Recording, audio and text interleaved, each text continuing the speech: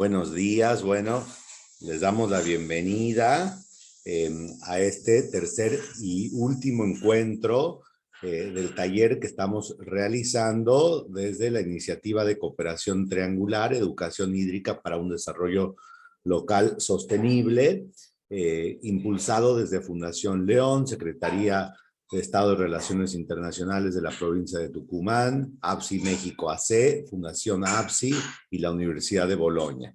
En esta oportunidad, el encuentro se llama El vínculo entre género y agua y forma parte de una serie de encuentros en el marco del taller virtual Género y Gestión Integral de los Recursos Hídricos. Nos acompaña en esta oportunidad la entidad colaboradora ONU Mujeres Argentina. La verdad que estamos muy contentos que nos pueda acompañar en la realización de todo este taller, que ha tenido, como les decía, 3 encuentros en total. El día de hoy vamos a escuchar a la colega Mar Companys, de la Oficina Regional de ONU Mujeres, que es experta en respuesta humanitaria y movilidad. Y también va a estar participando María Cristina Garros, integrante de la Mesa del Agua del Chaco Salteño y directora del Instituto de Derecho Ambiental y de la Sustentabilidad de la Universidad Católica de Salta, o sea que estamos cerquita. Bueno, muy bienvenidas María Cristina y Mar. La verdad que gracias por sumarse a este espacio que vamos construyendo entre todos y todas. Y bueno, muy contentos de poder escucharlas y transitar este último encuentro donde venimos hablando sobre género y agua. Bienvenidas. Gracias. Muchas gracias, colegas. De verdad que es un honor como ONU Mujeres, Oficina Regional, apoyar ONU Mujeres Argentina en esta ocasión, sobre todo cerrando esta serie de encuentros. Y quería también introducirles a mi compañera Lina Díaz, que también forma parte de la Oficina Regional y que vamos a estar entre las dos llevando esta presentación y que después contaremos con María Cristina, evidentemente, para hablar del caso de Salta. Entonces, sin más preámbulos, comparto la presentación y mi compañera Lina va a empezar, si les parece bien.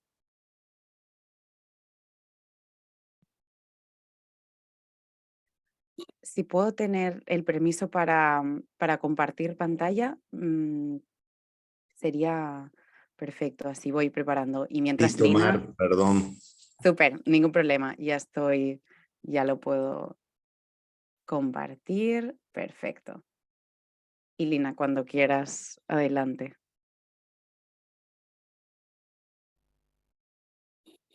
A ver si te escuchamos. Hola, sí, ¿sí me escuchan? Perfecto, sí. Listo, vale. Buenos días, colegas, o buenas tardes para algunos de ustedes. Aquí todavía está tempranito. Como comentaba Mar, somos dos personas pues de la Oficina Regional de América Latina y el Caribe de ONU Mujeres, y estamos aquí también contamos con la participación de María Cristina de la organización Funda Paz, que también va a contar un poco su experiencia. Y como bien contaba Diego, pues esto ha sido varias sesiones en que ustedes han podido hablar el tema de género y cambio climático, los desafíos hídricos, el contexto más chileno. También hoy el día de hoy vamos a hablar pues el vínculo entre agua y género, y vamos a dar un poco el contexto también de una experiencia argentina. Como ustedes bien saben, pues el agua tiene mucha relación con todo el cambio climático, los impactos diferenciales que según la desigualdad de género nos lleva a que el agua es muy importante nosotros hablar en este momento.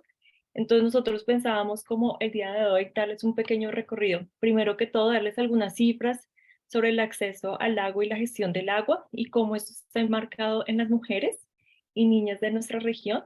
También darles un poquito el marco normativo internacional, y esto sigue un poco de la sesión pasada, que también hablaron de las recomendaciones y los objetivos de desarrollo.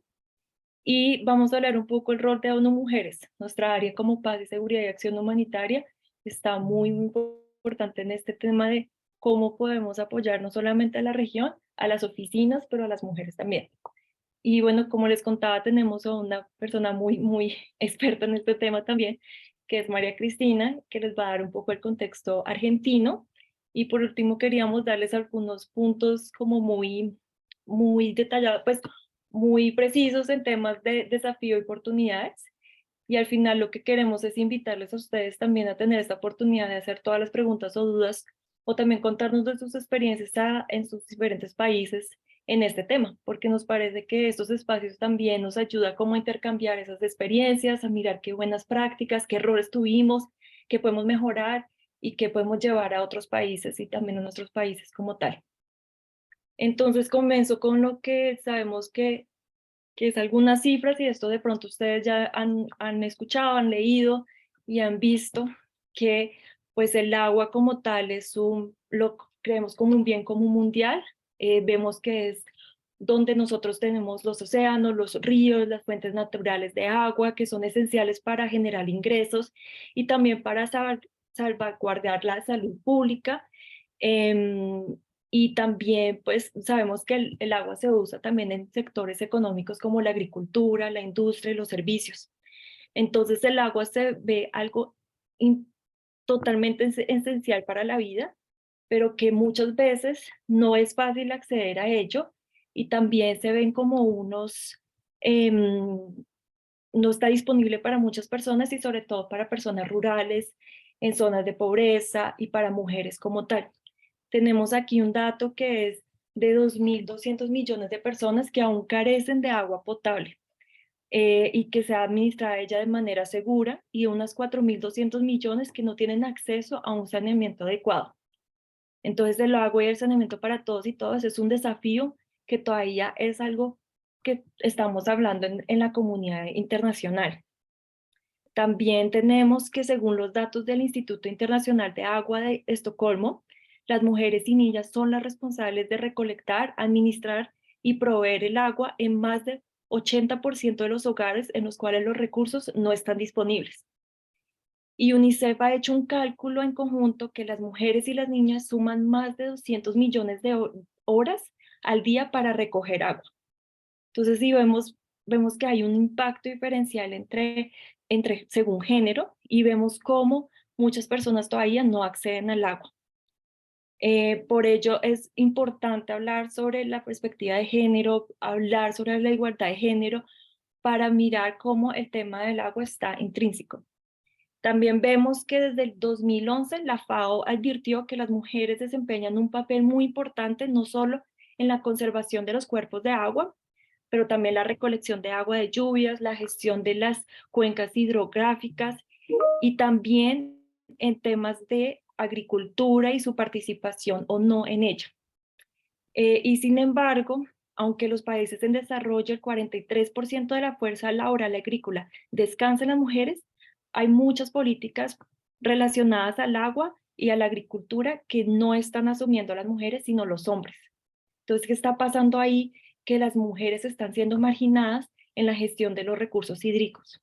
Sabemos que el agua está utilizada en no solamente la agricultura, que es en su mayoría un 70%, pero también en las industrias, que es un 20%, y en su uso personal, que calcula, según el Banco Mundial, un 10%. De hecho, han hecho varios estudios, y uno en puntual que vimos en el Banco Mundial, que estima que si los proyectos involucraran más activamente a las mujeres en la toma de decisión en temas de agua, de gestión de agua, de recursos hídricos, serían mucho más efectivos que aquellos que no lo hicieran, que no participaran a las mujeres.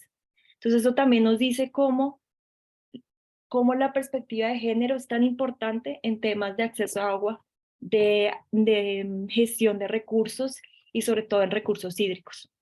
Sabemos que el impacto del COVID-19 nos dio que el rol de las mujeres en gestión hídrica fue invisibilizado, y con la pandemia también se volvió mucho más difícil. También se vio la necesidad de contar con más aprovisionamiento de agua, y también vimos cómo la jornada para las mujeres triplicó. Entonces eso también hace que nosotros veamos cómo este tema es súper importante. Le voy a dar la palabra a Mar para que continúe cómo podemos... no, se me perdió el marco normativo. Les cuento sobre el marco normativo. Les quería contar que este año, en marzo 8, en el Día de las Mujeres, de hecho hablamos sobre el cambio climático y cómo la igualdad de género hoy para un mañana sostenible. Ese era como el tema esencial de este año. Era una forma de no solamente visibilizar la igualdad de género, pero cómo nosotros a través de la igualdad de género podemos crear un futuro más sostenible, más equitativo, y cómo esto no podía ser afuera de nuestro alcance si no logramos hacer como acciones mucho más tangibles. Vemos que también en las últimas décadas, pues, es esencial hablar sobre el cambio climático, la contaminación, cómo han incrementado la presión sobre las fuentes de agua y cómo el agua todavía tiene una deuda de las mujeres, como les venía diciendo.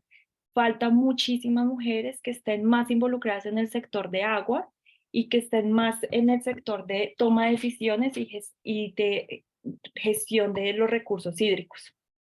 Y a pesar de ello, no están. Entonces, ¿cómo podemos involucrarlas más y cómo podemos acceder a esto?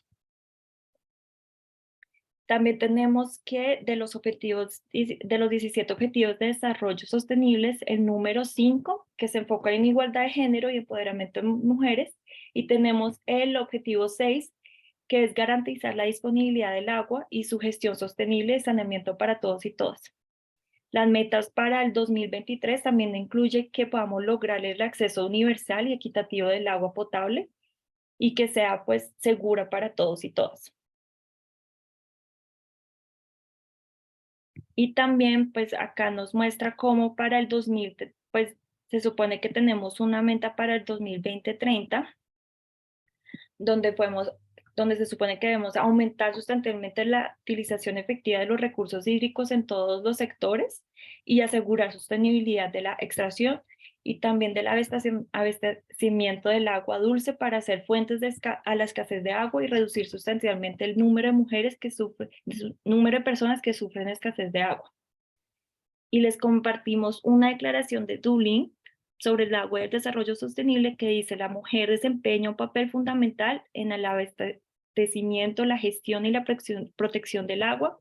La aceptación y ejecución de este principio exige políticas efectivas que aborden las necesidades de la mujer y las preparen y doten la capacidad de participar en todos los niveles, en programas de recursos hídricos, incluido la adopción de decisiones y la ejecución por los medios que ellas determinen. Y con esa cita los dejo con la del 2030, que es, se ha demostrado que invertir en el éxito entre el agua y el género es fundamental para el logro de la Agenda del 2030. Acá nosotros hablamos de desarrollo sostenible, de la conexión no solamente de lograr los recursos hídricos en temas de acción humanitaria, pero también en desarrollo sostenible para más allá. Entonces ahora sí le doy la palabra a Mar, que ya me la estaba para que les cuente un poco el rol de ONU Mujeres en nuestra área de paz, seguridad y acción humanitaria. Vale, muchas gracias, Lina, porque ahora tenemos como un panorama, sobre todo a nivel global, como, ¿no?, las agendas que al final hacen que los países prioricen ciertas políticas públicas hayan puesto tan foco en el tema de agua, ¿no? No es una casualidad, también porque las disputas alrededor del recurso hídrico son cada vez más frecuentes las causas de muchos conflictos, ¿no? Entonces, por eso también aquí llevamos el tema de nuestra área, que es como área de paz, seguridad y acción humanitaria. Vale. Aquí es lo que queríamos sobre todo enfatizar, ¿no? Digamos que todo aquello que como ONU Mujeres, pero también como países, ¿no?, sea acompañar programas para incrementar la participación de las mujeres y al final aquellas personas que por distintas razones han quedado por fuera de espacios de decisión, ya sean, como comentaba Lina, poblaciones rurales, indígenas, etcétera, al final eso implica después en una conflictividad social, ¿verdad? Entonces, al no poder acceder muchas veces a la decisión sobre estos recursos hídricos, evidentemente la participación de de personas que probablemente no usan estos recursos o los usan para otros fines, queda copado y evidentemente puede conllevar a conflictividades. Eso es muy importante entonces a la hora de este diseño de políticas y programas que como ONU Mujeres acompañamos y probablemente organizaciones que están aquí, pero que evidentemente los estados tienen la obligación. Es importantísimo reconocer a las mujeres como administradoras de este recurso hídrico, ¿no? Que dado todos los datos que nos ha comentado Lina, son, o sea, el 80% de estas personas las que están, ¿no? Entonces, sí o sí, este reconocimiento es importante y la adopción de medidas que permita su participación, que ahora vamos a ver, tiene algunas barreras y algunas limitaciones que hasta el momento em, han complicado esta participación, ¿no? Y el último punto que me parecía importante aquí tener en cuenta es el vínculo con la adaptación y mitigación al cambio climático. Este serie de encuentros, de hecho, empezaba, ¿no?, con el tema macro, que era género y cambio climático, y ahora hemos ido reduciendo el foco para entender los temas de agua, pero el tema de agua es fundamental en la, ¿no?, la conversación sobre cambio climático. Entonces, también las mujeres, al tener este vínculo con los recursos hídricos, son piezas fundamentales a la hora de trabajar políticas de adaptación y mitigación al cambio climático. Entonces, desde estos dos puntos de vista, es que creemos que esta debe ser la base, ¿no? Y en general, más allá de promover esta participación de las mujeres, su reconocimiento, es tener la perspectiva de género imprescindible, ¿no? Que al final no solamente pensar en las mujeres, sino entender también cuáles son los roles de los hombres y de los hombres y las mujeres con otros ejes, ¿no? Con otras categorías que también los acercan o los alejan de estos espacios de participación que son tan necesarios, que sean plurales y que estén representados por las personas más afectadas por muchas veces esta falta de acceso a agua, ¿no? Por ejemplo, las mujeres dependen más de los recursos naturales, pero tienen menos acceso a ellos, tienen menos, ¿no?, voz y voto en torno a qué se hace con estos recursos. Entonces, eso es importante a la hora de dar respuestas con una perspectiva de género interseccional, que vaya más allá de si son hombres o mujeres, sino lo que comentábamos. Y aquí quería entrar más en específico porque sí vemos tres cuestiones que son importantes, ¿no? Uno, que este acceso a los recursos y específicamente hídricos está diferenciado, y no únicamente diferenciado, sino que es inequitativo, ¿no?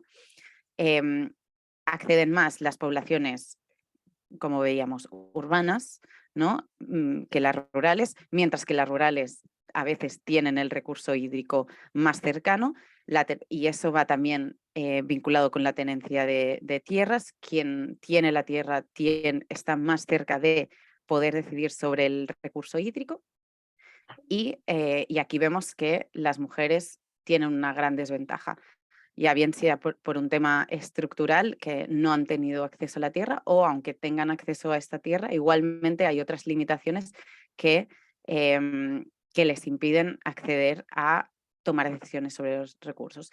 Después también tomamos en cuenta esta terminología de la división sexual del trabajo, que aquí entraríamos más a la idea de que las mujeres son percibidas por tener un rol de género como los hombres, y el rol de las mujeres es el cuidar y, en este caso, muchas veces estar mucho más cerca del recurso hídrico, porque es lo que se necesita el agua para limpiar, cuidar, alimentar, ¿no? Entonces, esta diferenciación hace trascendental y muy importante entender que las mujeres tendrán otra concepción del agua, ¿no? Por el uso que hacen de ella. Así como los hombres tendrán otra concepción también importante a tener en cuenta, porque también la usan para otros medios. Entonces, las dos miradas, ¿no?, y las dos concepciones son muy importantes. Y la tercera es entender la representación de las mujeres, ¿no? Pese a ellas tener este vínculo con el agua que vemos fundamental en muchas esferas de la vida, vemos que carecen de representación en espacios de toma de decisiones, como podrían ser las mesas de agua, que ahora María Cristina nos contará.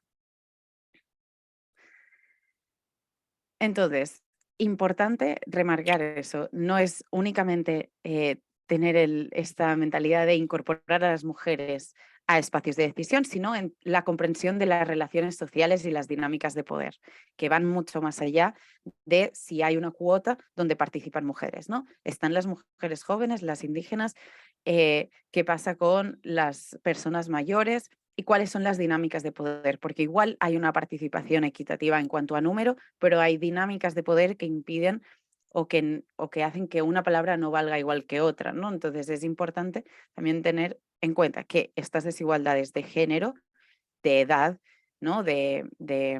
Raciales, también se evidencian en estos espacios, aunque numéricamente pueda haber esta participación, ¿no? Más equitativa, digamos. Y entender que al final requerirá esfuerzos adicionales, porque obviamente son dinámicas sociales que están intrínsecas, que están en nuestra mirada también y por lo tanto acompañamientos específicos serán necesarios. Entonces, yo creo que ¿no? Después de esta mirada más desde, bueno, marcos, ¿no? Y estas teorías que nos ayudan evidentemente a leer el contexto, lo que nos interesaba más es poder escuchar cómo ha sido la experiencia de una mesa de agua, en este caso de Salta, y que nuestra compañera María Cristina pudiese explicar un poco cómo ha sido este recorrido, ¿no? De entender que la participación de las mujeres es indispensable, que todo el mundo sale ganando, el territorio, ¿no? Y el bien común, más la población que vive a su alrededor, y qué retos y oportunidades podemos sacar de su experiencia. Y aquí un poco pasaremos ya a la parte final de la presentación. María Cristina, cuando quieras, la palabra es tuya. Bueno, muchas gracias. Gracias a la Fundación León, los tucumanos están tan cerca nuestro y yo me referí a la Universidad Nacional de Tucumán, así que mucho gusto con participar con ellos y a las mujeres que nos han invitado a hablar de esto, de la mesa de agua, ¿no? Yo les quiero relatar muy brevemente. Fundapaz, que es la fundación que yo presido, que nace allá en el año 2016.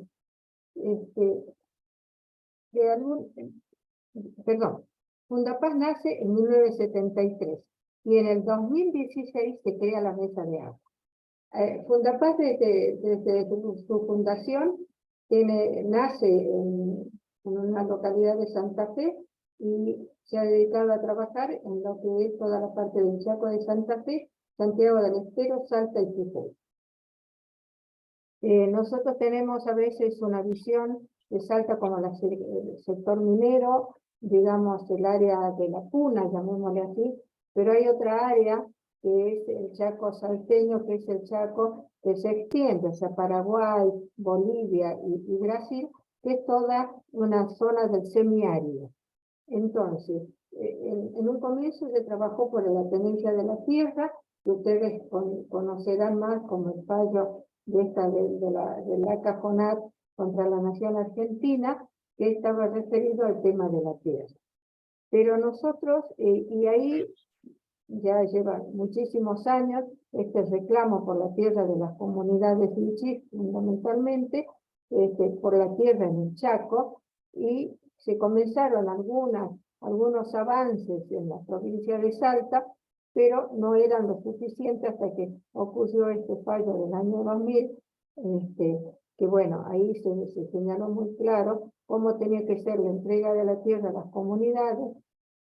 A los criollos, si bien los criollos no participaron en el juicio, la sentencia sí los tuvo en cuenta al señalar cómo sería esa entrega pacífica, y también habla del agua y del protocolo libre e informado, ¿no? Entonces, y acá, ¿por qué vinculo estos antecedentes en 2 renglones nada más? Porque, bueno, la gente estaba peleando por la titularidad de la tierra, porque con el avance de la agricultura extensiva, estaban ya avanzando sobre los bosques, avanzando sobre todo lo que era monte de la gente de Chaco, que ellos trabajaban allí, vivían de la pesca, pero también de sus artesanías, y vivían prácticamente en el monte. De pronto se encontraron con un monte inexistente, con la tierra, digamos, árida y sin agua. Entonces, de allí surgió que en el año 2016, Fundapaz, junto con el INTA, que es la organización nacional, que ustedes saben, de tecnología agropecuaria, la plataforma semiárida, el programa integral trinacional, Church World Service, y Fundapaz, se creó, digamos, la mesa de agua. La mesa de agua enclavada en un ministerio, que en esa época era Ministerio de Comunidades, ¿no? Los ministerios, ustedes saben, cambian los gobiernos y van cambiando los nombres. Actualmente es el Ministerio de Acción Social. Bueno, digamos que tiene como la dirección administrativa. ¿Qué es lo que se hizo en estos años con la mesa de agua? Bueno, se comenzó por Fundapaz haciendo un mapeo. ¿Un mapeo en qué consistía? En ver cuál era la población que vivía, la población dispersa, ¿no? Porque la población concentrada es más fácilmente visible, y generalmente la población concentrada tiene agua provista por las redes de agua, digamos, oficiales. En Salta se llama Aguas de Salta, antes se llamaba Aguas del Norte, ahora es Agua de Salta. Entonces empezó un mapeo realizado por mujeres jóvenes y jóvenes varones para individualizar cuáles eran las familias que estaban en esa población dispersa en todo el Chaco.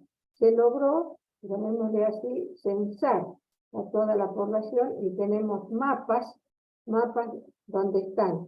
¿Dónde está la población? ¿Cuáles son comunidades indígenas? ¿Cuáles son criollos? Porque en este tema del agua nosotros la mesa del agua no hace distinción. No, digamos, no somos una fundación que trabaja solamente para comunidades. Se trabaja para todo el Chaco, tanto las comunidades indígenas como la población criolla. Así se logró determinar, digamos, en un mapa integral que ustedes lo pueden encontrar en todas las publicaciones de Fundapaz, aquí en Google lo pueden encontrar, familia por familia, la cantidad de integrantes de la familia que viven en esa zona. Entonces, con ese mapeo que se realizó controlado, tanto en Salta y un poco en Santiago, no se concluyó en Santiago del Estero, ya teníamos un panorama de que era la población que carecía de agua para beber, digamos, agua para consumo humano, agua segura, ¿no es cierto? O agua potable. Para que de allí ver cómo se articulaba entre las organizaciones que integraban la mesa de agua, las comunidades y los criollos, que también participaban de la mesa de agua, cómo se priorizaba las obras para realizar.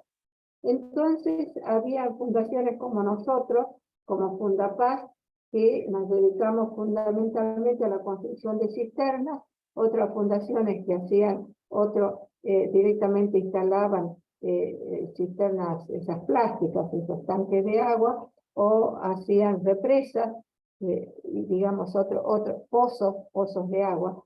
Pero lo que sucede que en la zona del Chaco, la mayoría de los pozos se encuentran con aguas arseniosas.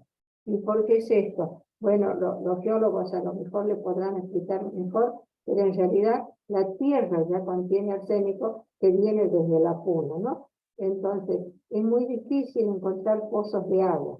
Entonces, hay que ver bien pozos profundos, o tienen que ser muy profundos, que resulta difícil económicamente poder realizar. Entonces, mayormente se está trabajando con las cisternas.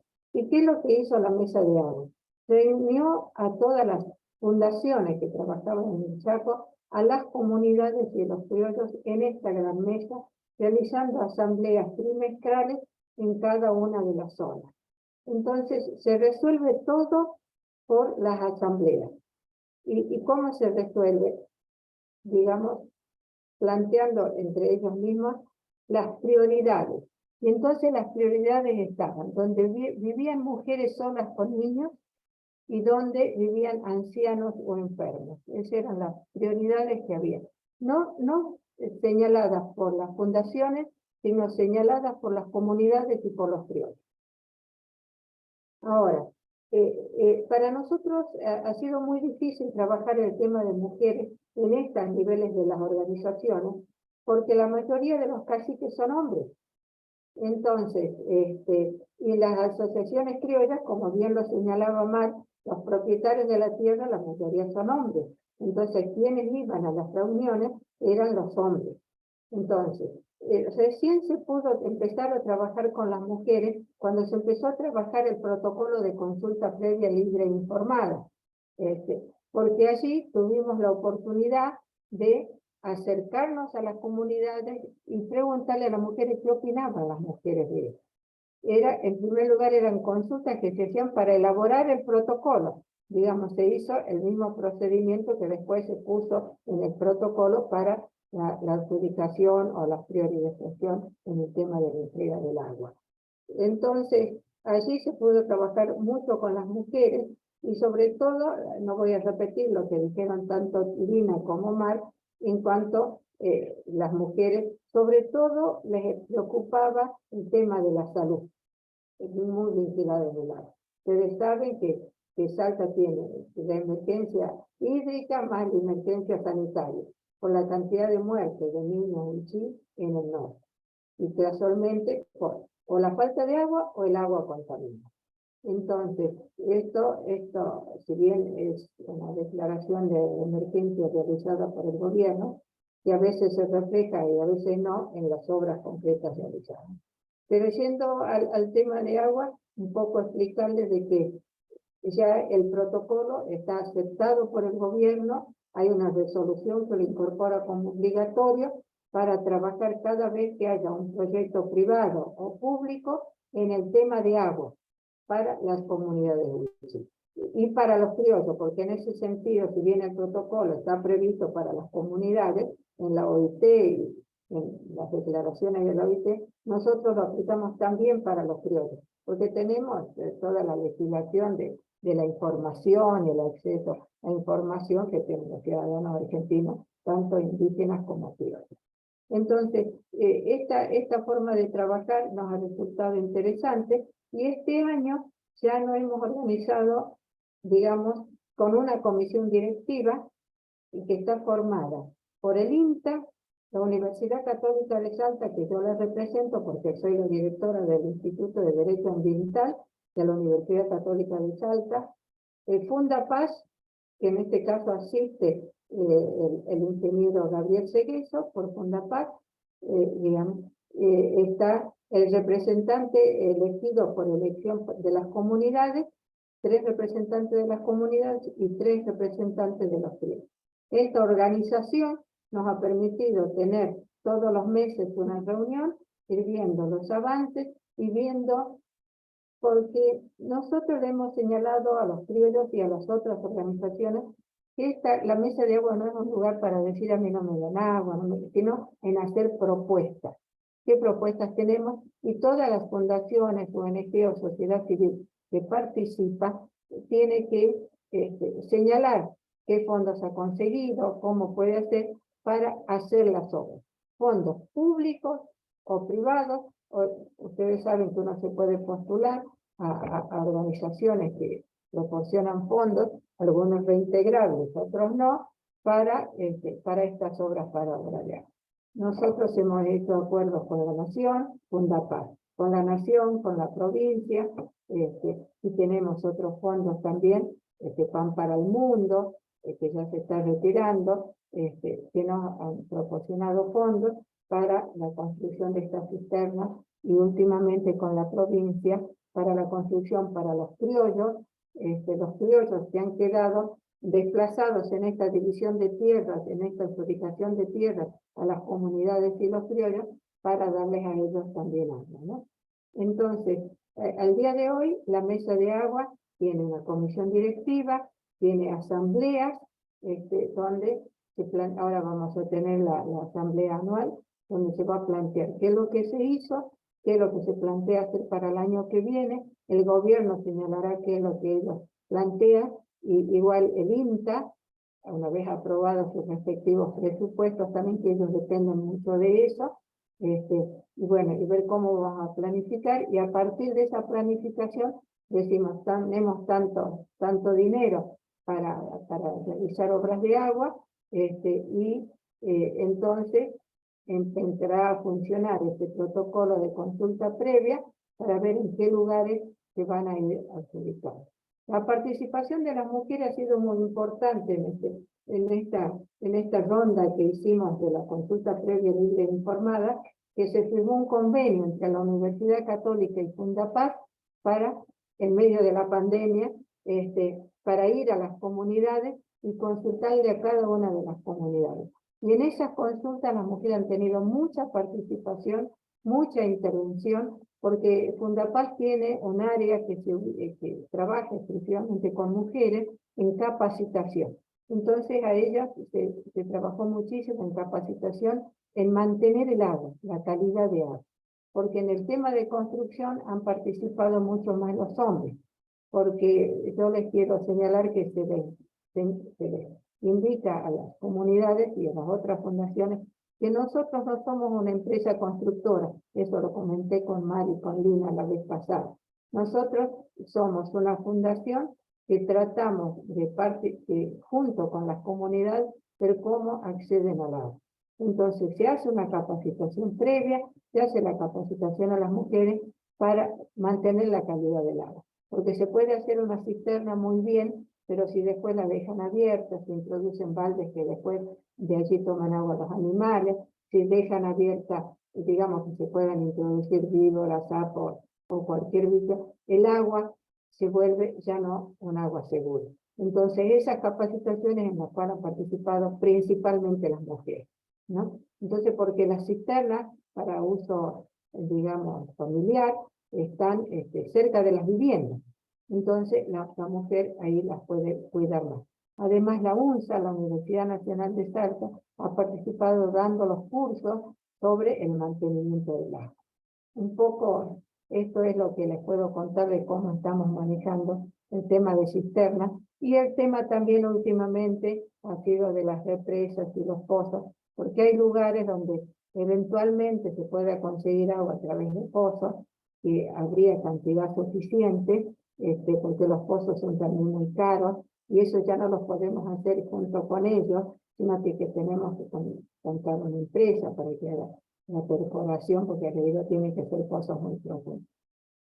Bueno, no sé si ustedes quieren hacer más preguntas, de cómo se hace en la cisterna. Además hay un manual de cómo se hace en la cisterna. Se ha capacitado a muchos indígenas de las comunidades originarias para la construcción de esta cisterna. A mí me emocionó mucho en una de las asambleas, donde ustedes conocen que se lo hace como una rueda, y cada uno se presenta, pues yo soy constructor de cisternas, decía, ¿no? Entonces era muy lindo porque lo tomaban como una profesión, ¿no? Ellos se habían especializado en construir, tanto de las comunidades como de los criollos, ¿no? Y inclusive los contratan a ellos de otros lugares para que construyan cisternas, ¿no? Y a nosotros nos parece que es el mejor sistema porque la zona árido es muy cálida, muy cálida. Entonces los recipientes plásticos no resisten. Entonces estas cisternas son semienterradas. Entonces para conservar por lo menos el agua, ¿no? Bueno. Es un breve resumen porque hay todo un manual de construcción, manual de mantenimiento. Qué bueno, María Cristina. Muchísimas gracias. Yo creo que ha sido súper interesante. Mira, tenemos la mano levantada de Diego, así que adelante. Bueno, no, primero que nada, darles las gracias por visibilizar sobre todo esta buena práctica que nos contó Cristian, que está sucediendo en Salta, que como decía ella, es muy cercano a Tucumán y con muchas de las mismas problemáticas. Y creo que sobre todo importante porque, como saben, este espacio, esta iniciativa justamente es un trabajo de cooperación triangular entre lo que son los valles calchaquíes de Argentina y la región de la Mixteca en México, en el estado de Oaxaca de México. Y nos interesa mucho esta experiencia que nos contó Cristian, porque tiene que ver con justamente el trabajo que se está realizando con los pueblos originarios, con los pueblos indígenas, y cómo se trabaja el tema del agua. Entonces mi pregunta en realidad va dirigida a ella, en cómo crees que podría ser de alguna manera replicada esta experiencia, si crees que podría ser replicada en lugares fuera de Salta y específicamente en México. Muchas gracias. Gracias. Esto me permite recordarles algo o decirles algo que me había olvidado. Este año se realizó el encuentro trinacional, el encuentro con Bolivia, Paraguay y nosotros, la Argentina, sobre precisamente esta problemática del agua, ¿no? Y esto puede ser replicado. Nosotros no lo hemos inventado. Esto lo hemos copiado de Brasil, que ellos llevan más de 1,5 millones de cisternas. Porque uno piensa en Brasil y piensa en el mar, que me encanta ir, sobre todo de acá de Salta, a las playas de Brasil, o en el Amazonas. Pero Brasil tiene una zona seca muy grande, que han construido con un criterio muy interesante, y hemos ido a ver y hemos replicado esas cisternas acá, la metodología de construcción. Así que esto puede ser perfectamente replicable. En este encuentro trinacional también participó ONU Mujeres, estuvo presente ONU Mujeres, y bueno, está previsto una para el año 2023, y bueno, Fundapaz, como le digo, ustedes si nos buscan en la página, van a ver que tenemos sede en Santiago del Estero, sede en Tucumán, ustedes se pueden acercar a cualquiera de los dos lugares, y bueno, para ver, para darle los moldes, cómo se hacen las reuniones previas, cómo hemos hecho el mapeo, que me parece fundamental, ir individualizando las zonas, los lugares, la gente, la capacitación previa y recién tomar las decisiones. Pero con ese objetivo, ¿no? De hacer la capacitación, la reunión con ellos, ver qué piensan, y dónde colocarlas y demás. Porque a veces los errores que cometemos en la sociedad civil es que creemos que nosotros sabemos todo y que ellos no saben nada. Y ellos tienen una gran experiencia en el conocimiento de su terreno, saben dónde hay agua y dónde no hay, porque dicen alguna vez viene algún actor importante y quiere dejar unos millones de pesos y hace un pozo donde nosotros sabemos que el agua es arseniosa. Dice, y aparte que sirve para la foto de ese día y para la publicidad de los políticos y del actor o de quien fuera, que a lo mejor con muy buena intención van a hacer una inversión millonaria que si se escuchara a las comunidades, se haría en el lugar que realmente funcionaría bien, ¿no? Entonces nosotros ofrecemos siempre y como les digo, este año hubo un encuentro trinacional y está previsto otro para el año que viene, y los tucumanos, por supuesto, bienvenidos.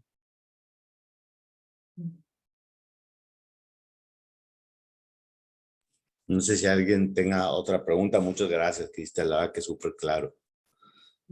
No sé si alguien tenga alguna otra pregunta.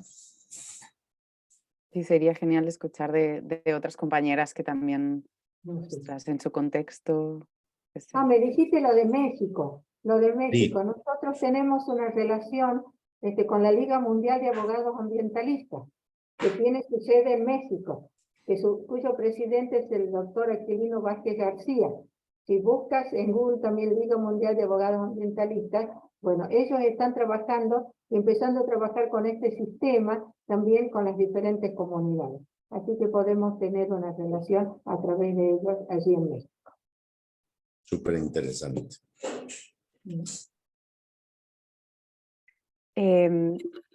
Diego, yo sí, por el momento no hay más preguntas, me gustaría abrir un momento de ver retos y oportunidades por si de pronto en este marco salen otras preguntas o reflexiones, porque también la idea era como, partiendo de la experiencia de de la mesa de agua de Salta, ¿no? Y está lo que nos comentaba María Cristina, poder también ver conjuntamente cómo abordamos ciertos retos, ¿no? Y aprovechamos estas oportunidades que se plantean sin duda, ¿no?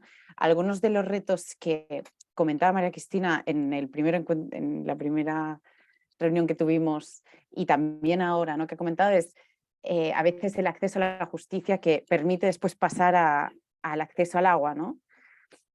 Porque a veces es la forma en que las comunidades pueden llegar a tener estos derechos y el conocimiento de lo normativo, ¿no? La capacitación de las comunidades a la hora de entender, ok, cuál es la normativa que yo tengo que entender de esta normativa para poder exigir mis derechos. Y eso va conjuntamente con una voluntad política, ¿no? Tener gobiernos que sean sensibles a la importancia de que el recurso hídrico sea algo en lo que las poblaciones participen y por lo tanto la consulta libre e informada, como comentaba María Cristina, es fundamental y va vinculado a los conocimientos ancestrales, ¿no? Y la participación de las comunidades nativas, originarias, que es fundamental también, ¿no?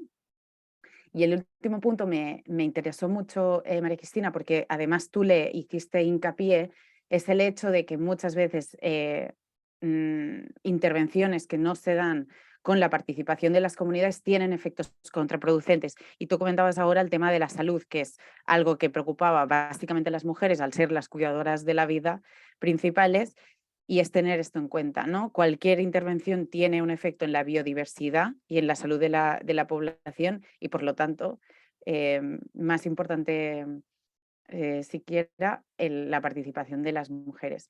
Y agregaría otro reto que me ha surgido ahora, mientras comentabas la última parte, María Cristina, que es también cómo promover la participación de los hombres y las mujeres en estos espacios sin perpetuar esta división, ¿no? Porque comentaba María Cristina que los hombres, al ser los caciques y los que tienen el acceso a la tierra, suelen participar más en las reuniones para decidir no, el proyecto y las mujeres participan de las capacitaciones de cómo cuidar las cisternas, ¿no? Como también creo que es un reto, evidentemente complejo, cómo logramos también incluir a los hombres en el cuidado de las cisternas y las mujeres en el planteo del proyecto o en otras fases. Creo que eso también me quedó y, y paso las oportunidades y abrimos otra vez el foro, ¿no? El turno de preguntas y de reflexiones, porque creo que aquí también es como que nos deja un poco la esperanza de que al final tenemos la oportunidad de trabajar en conjunto entre países como este espacio, que creo que es muy importante porque compartimos retos. México, Argentina, comentabas Brasil, independientemente de la geografía, ¿no? Hay muchísimo en común que hacer y cuantos más fuerza se tiene, más intercambio. Unir la academia de una forma más práctica, ¿no? Estos centros de pensamiento que al final necesitan estar enraizados, establecer estos puentes y no olvidar las oportunidades que vienen de consultar con las comunidades, ¿no? Que al final son quienes tienen el conocimiento y la experiencia de dónde está el agua, qué problemáticas ha habido en el pasado, etcétera. Y acabaría con no dejar por fuera la capacitación, que al final es, ¿no? La capacitación en exigir los derechos es lo que después permite que las comunidades anden solas o se puedan organizar para ser, pues bueno, autónomas, ¿no? En sus ejercicio de los derechos. Y aquí sí abro y me encantaría que hubiese el debate o las reflexiones que quieran. No sé si alguien va a decir esto, pero a mí me parece que la capacitación es primordial porque cualquier presentación judicial o presentación administrativa, quizás previa a la judicial, necesitan que las comunidades conozcan bien sus derechos. Entonces, si bien ya se ha abierto un largo periodo con acciones judiciales que tienen iniciadas muchas comunidades, tanto por ejemplo, en el caso de los pueblos fumigados, en el caso de la falta de agua, en el caso de la tierra, que se ha llegado hasta tribunales internacionales, a mí no sé, me causaba gran gozo cuando los escuchaba a los miembros de las comunidades hablar en el Tribunal Internacional de Derecho a la Tierra de las comunidades, ¿no? Y bueno, eso ellos lo saben, en la manera práctica, pero no lo saben cuáles son las normativas que tienen que invocar para hacer los planteos judiciales. Entonces, esto es importante y sobre todo importante trabajarlo con los jóvenes, Entonces, porque si no se logran conservar la tierra y tener acceso al agua, se van a ir de sus comunidades, porque no ven la posibilidad de acceder. Ahora ustedes habrán visto el proyecto DACI, que tiene su centro en Brasil y que este año se ha cursado con tanto éxito en todos los países de América. En ese proyecto DACI se los ha capacitado tanto a hombres como la cantidad de mujeres que se han capacitado en el trabajo agrícola, en la conservación del agua. Ha sido un proyecto de lo más enriquecedor en este tema, ¿no? Así que yo creo que esos intercambios que se podrían hacer a través de mujeres, de acercarle a todas las ONG la posibilidad de acceder a estas capacitaciones, a mí me parece que es sumamente importante.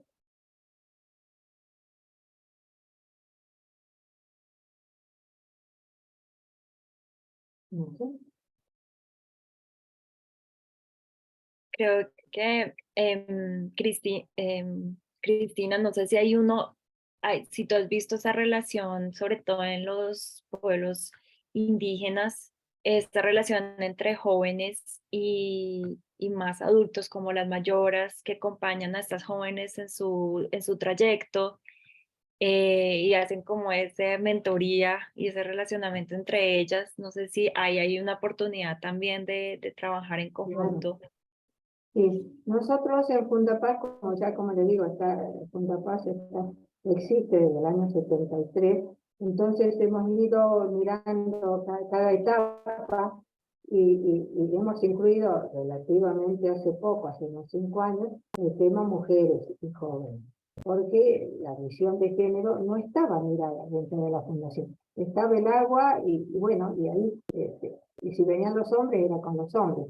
Ahora incluso les decimos a los caciques, necesitamos que vengan las mujeres a las reuniones. Ellos nos dicen, no hace falta, no, si hace falta que vengan las mujeres.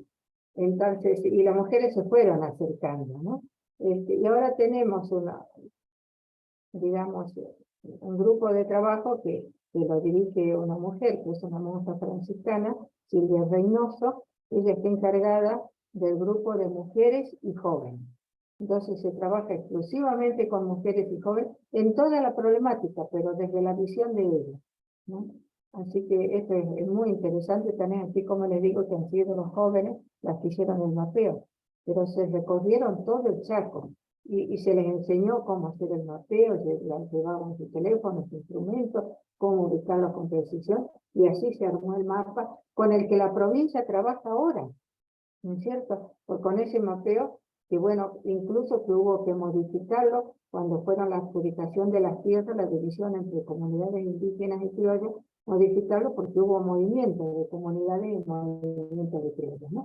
Entonces, pero esa es una base fundamental, por eso digo, la capacitación, trabajar con los jóvenes y las mujeres en el trabajo previo, en el mapeo, en la concientización, y recién avanzar sobre las acciones concretas. Eso es un poco la experiencia que nosotros tenemos, ¿no? Y nos ha dado resultados.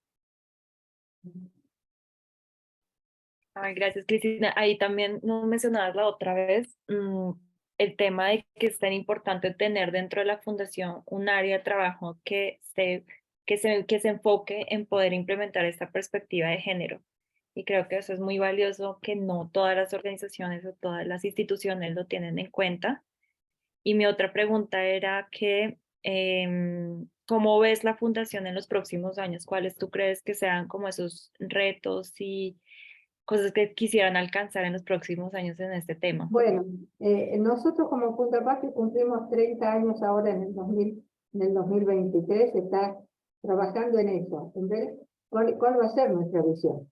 Porque, por ejemplo, no pensábamos trabajar el tema drogas y hemos tenido que empezar a trabajar el tema drogas. No trabajábamos en el tema mujeres y hemos tenido que trabajar el tema mujeres.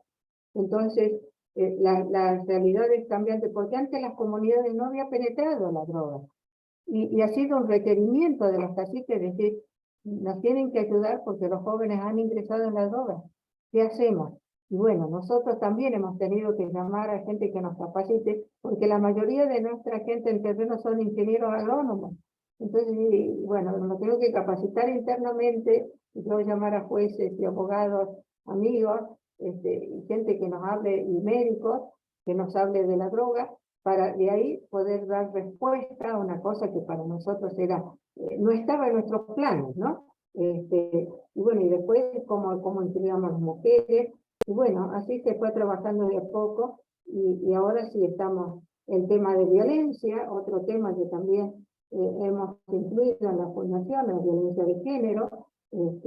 En eso sí que yo les contaba a María que la semana pasada hemos concluido los talleres internos dentro de Fundapaz para ver cómo se trabajaba la violencia de género dentro de las fundaciones y con la gente con la que tenemos un trato diario, tanto comunidades como criollos, que tienen una forma de trabajar, de relacionarse con las mujeres diferente, y que bueno, hay que saber cómo trabajar con ellos el tema sin aislarnos, ¿no? Y decir, bueno, nosotros somos civilizados, y ellos no, que sigan con sus costumbres, sino trabajar con ellos en su lengua y ver cómo avanzamos juntos, ¿no? En este estado. Qué bueno. Seguramente, Bien. seguramente vamos a cometer errores, pero bueno, en el hacer se comete errores, en el no hacer no se cometen errores, ¿no? Total. Súper, muchísimas gracias, María Cristina. Quería ahora comentar la pregunta que Diego nos ponías por el chat, ¿no? De cuál es el vínculo entre agua y el cuidado desde el enfoque de género. Eso creo que es una súper pregunta que daría de hecho, para otra sesión, pero sí siento que yo podría, y aquí invito Lina, María Cristina y quien quiera de ustedes a contestar, a mí me gustaría decir brevemente que al final yo siento que si las mujeres están, digamos, tan relegadas de estos espacios de participación y decisión en torno a cómo se utiliza el recurso hídrico, es porque su uso del recurso hídrico tiene mucho que ver con el cuidado, y el cuidado en cualquier esfera se ha menospreciado, ¿no? Tradicionalmente. Entonces, el uso que hacen las mujeres del agua, evidentemente las mujeres campesinas lo usan para los campos, para el ganado, es decir, eso sí, o sea, la esfera productiva sabemos que también está llena de mujeres, pero la esfera reproductiva está básicamente, ¿no? O sea, de mujeres. Los hombres ahí casi no existen, ¿no?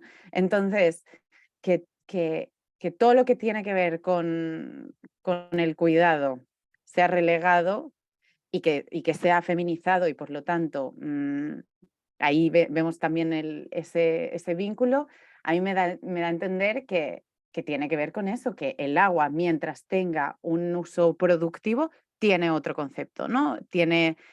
Invita a otras personas. Entonces el agua, desde un punto de vista que se usa para las tareas reproductivas y por lo tanto las que, ¿no?, llevan a cabo las mujeres, entonces ya no nos importa tanto o no le damos el espacio que deberíamos darle.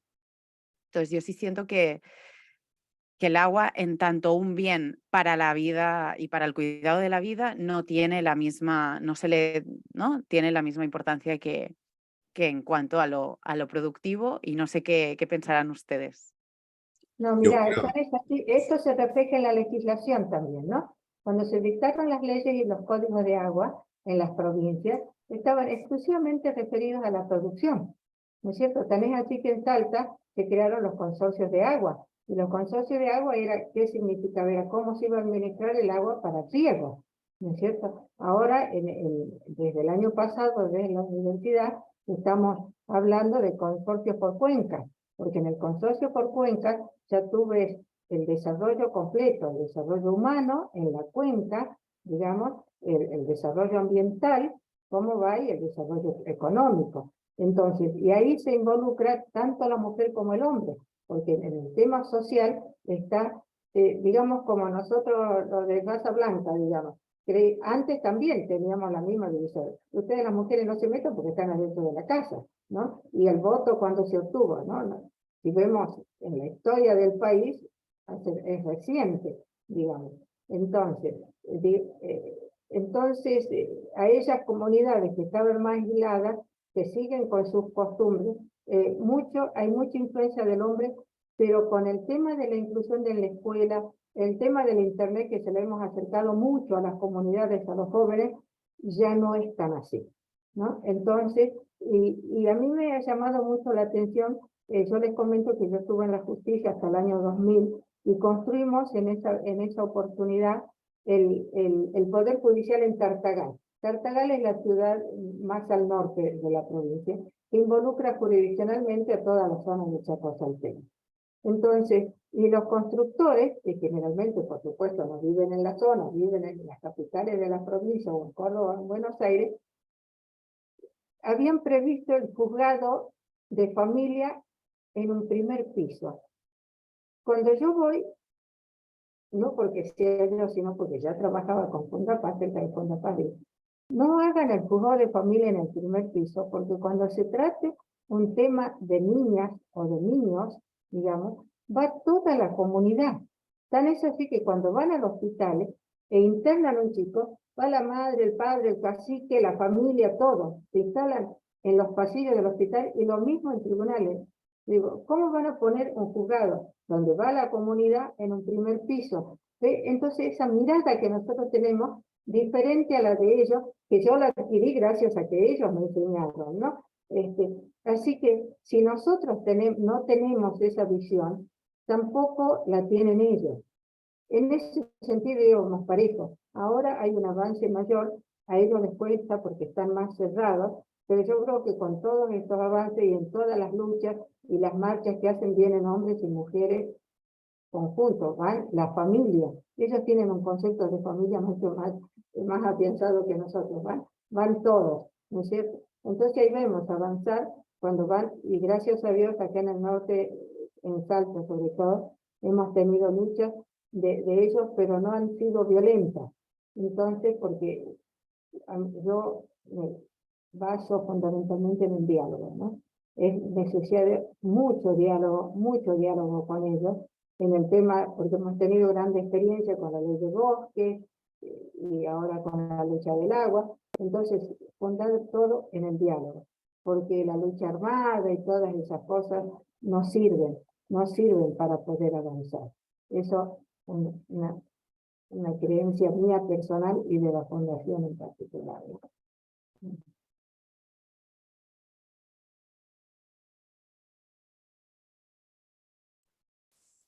No sé. Muchas gracias. Yo realmente sí creo que es súper interesante, digamos, este vínculo entre el tema del cuidado y el agua. Y además me parece que está buenísima tu hipótesis, Mar. Creo que es así. A nosotros nos tocó hacer una misión a México y vimos lo mismo que podemos ver acá en los valles calchaquíes, sobre todo en las zonas más alejadas, que la gestión del agua es llevada exclusivamente por las mujeres de las comunidades, y que lógicamente está súper relacionada con el tema del cuidado, porque es el agua que usan para tomar, para cocinar, para las huertas familiares, etcétera, y que, bueno, realmente está atravesado por temas de género y de desigualdad. Muchas veces tienen que caminar más de 5 kilómetros para buscar el agua. Bueno, realmente es así. Entonces, me parece que es interesante, sobre todo porque desde Fundación León, uno de los ejes que trabajamos mucho es el tema del cuidado. Entonces, encontrar este vínculo que además sentimos que es como que el agua está es como lo más primordial del tema del cuidado. O sea, sin agua es muy difícil cuidar, ¿no? Así que es como la base de todo como esta estructura desigual que encontramos en el cuidado. Entonces, como que en ese sentido, cuando uno trabaja por el agua, uno también está trabajando por el tema del cuidado. Por la vida. Exacto. Tanto por la vida. El sostén de la vida. Exacto. Bueno, creo que se nos terminó el tiempo, pero la verdad que es súper interesante las reflexiones y les agradezco muchísimo a Mar, a Lina y a Cristian por acompañarnos a pensar en estos temas y a cerrar este taller que la verdad que fue súper enriquecedor, trabajando con ONU Mujeres y con CEPAL sobre temas de género y agua. Creemos que, bueno, también como que nos dan muchas herramientas para seguir pensando todo esto. La semana pasada nos visitaron en la Universidad de Bolonia y pudimos hacer un recorrido por los valles calchaquíes. Lo mismo se va a repetir en México en el mes de febrero. Y bueno, también pudimos detectar todas estas situaciones que como que se van complementando con lo que escuchamos en estos talleres. Así que eso está buenísimo.